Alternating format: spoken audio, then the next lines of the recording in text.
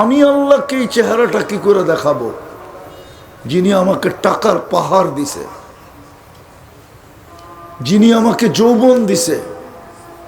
বলছে টাকার থৈলি তোকে দিয়া দিলাম, কিন্তু একটা অনুরোধ করব যদি তুই রাখিস। বলছে সেটা কি? বলে হাত দুটা উঠায় চোখের পানি দিয়ে আল্লাহকে বলা দে আমি তওবা করলাম, আল্লাহ আমার তওবাটা যেন কবুল করে। কসম খোদার, ওই রাত্রি কিফিলের মৃত্যু ছিল।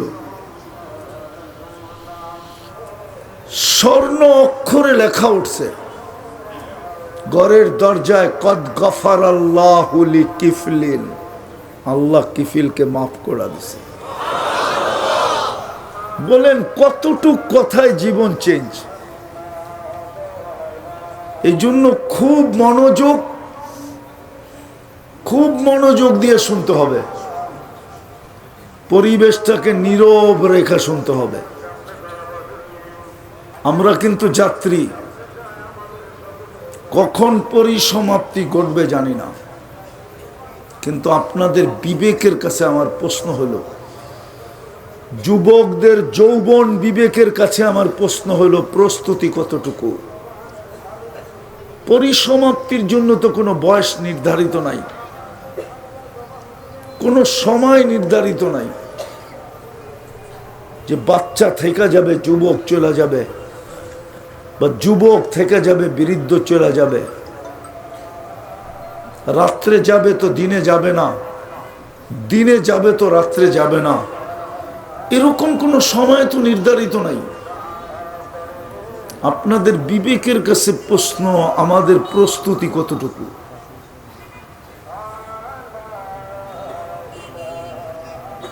চব্বিশ ঘন্টা তো আমরা আল্লাহটা ব্যবহার করি।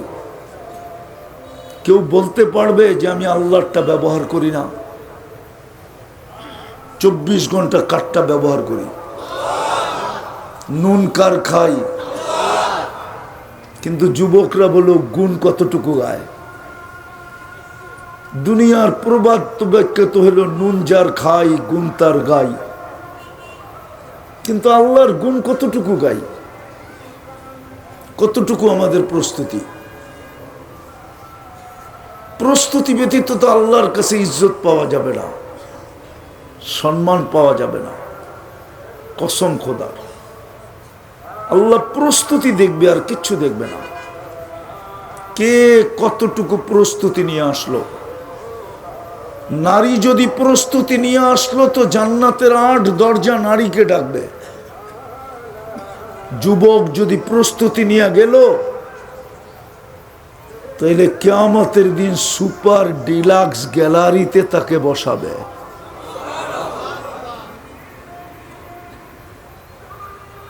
শ্রেষ্ঠত্বের মুকুট মাথায় পড়াবে। ফকিরও যদি প্রস্তুতি নিয়ে যায়, ফকিরও যদি প্রস্তুতি নিয়ে যায় তো কিয়ামতের মাঠের সবচেয়ে বড় বাহাদুর হয়ে উঠবে, যে সবাইকে হিসাবের দিকে ডাকবে আর ওকে কানে কানে বলবে ইনতালিকু ইলাল জান্নাতি বিগাইরি হিসাব ওয়ালা কিতাব, তোর হিসাব কিতাব নাই, জান্নাতে চল। দুনিয়াতে যেইগুলা খাইতে পারিস নাই, তামাত্তাউ খামসুমিয়াতি আম, 500 বৎসর তুই জান্নাতের নেয়ামত ভোগ কর, তারপরে আমরা ধনীকে যেতে দিব। এর আগে তো ধনীকে যেতে দিবে না, ওয়েটিং রুমে বসায় রাখবে। আমি কিন্তু কথা গুছায় নিয়ে আসতেছি, লম্বা করার সুযোগ আমার কাছে নাই। আমাকে একটু তাড়াতাড়ি যেতে হবে, সকালে আমার ফ্লাইট আছে 7টায়। এই জন্য আমি লম্বা করব না, অল্প সময়ের ভিতরে গুছায় নিব। আর কথা লম্বা হইলেই যে কিছু হবে এমন না। বললাম না, অল্প কথায়ও জীবন চেঞ্জ হইতে পারে যদি আমি এইখানে গাইথা নেই।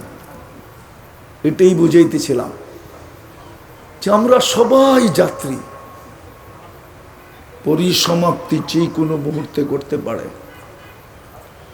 কিন্তু আমি যে 24 ঘন্টা আল্লাহটা ভোগ করি, আল্লাহর সুরক্ষা নেই। 24 ঘন্টা কিন্তু আল্লাহ আমাদেরকে সুরক্ষা দেন। 24 ঘন্টা আল্লাহ আমাদেরকে সুরক্ষা দেন, হেফাজত করেন। নাইলে মাঝে মাঝে তো মনে চায় একটা মাইক্রোস্কোপ জ্যাবে করে নিয়ে আসি আর আপনাদের চোখে লাগায় দেখায় দেই যে এইখানে কত কোটি ব্যাকটেরিয়া আছে। এই মাঠের ভিতরে আমাদের চোখের সামনে কত কোটি কোটি ব্যাকটেরিয়া আছে, জীবাণু আছে।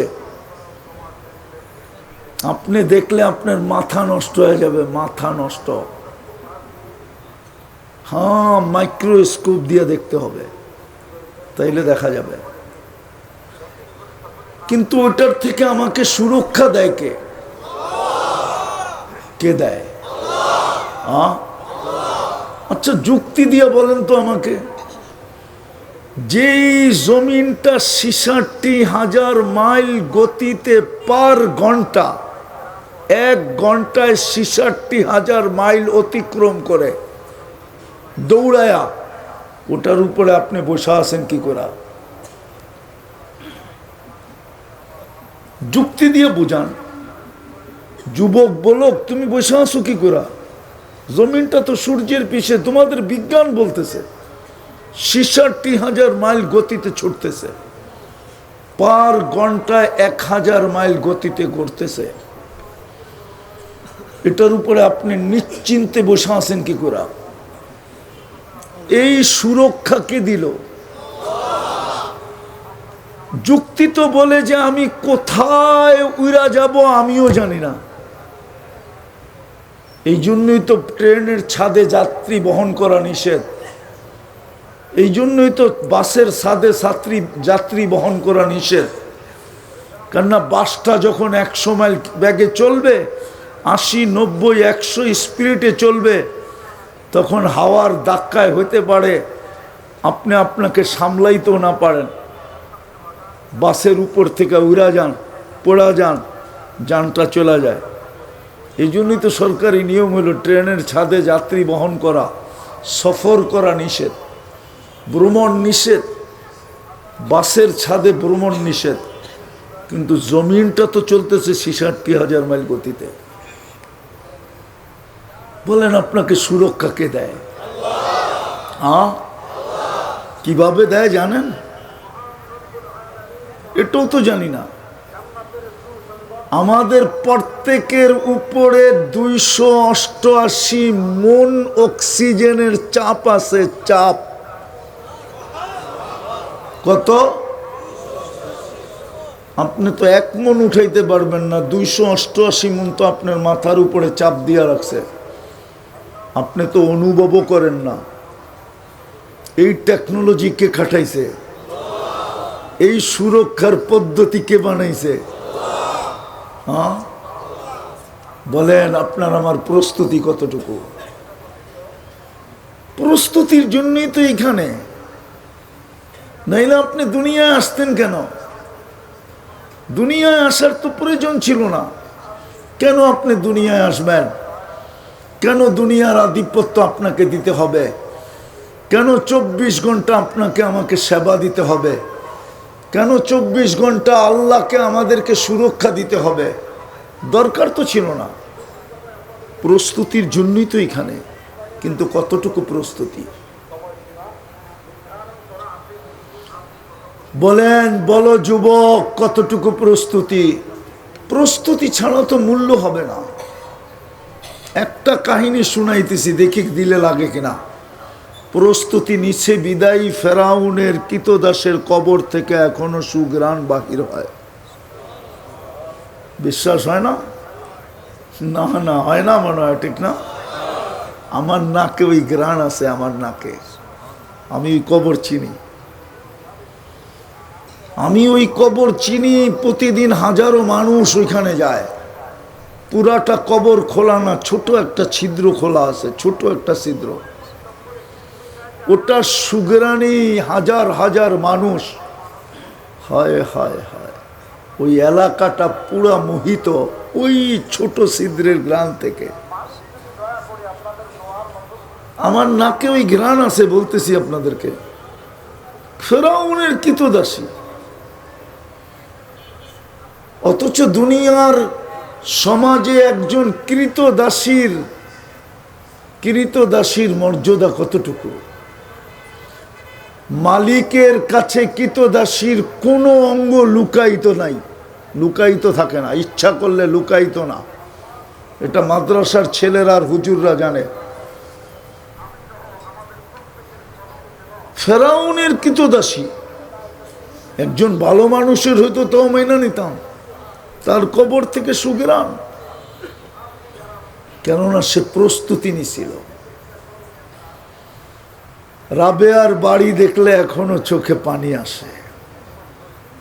গড়টা কোনো বিল্ডিং না, সরকার কোনো সংস্কার করেন নাই, 1000 বৎসরের ঝুপড়ি এখনো 1000 বৎসরের আগের মতোই।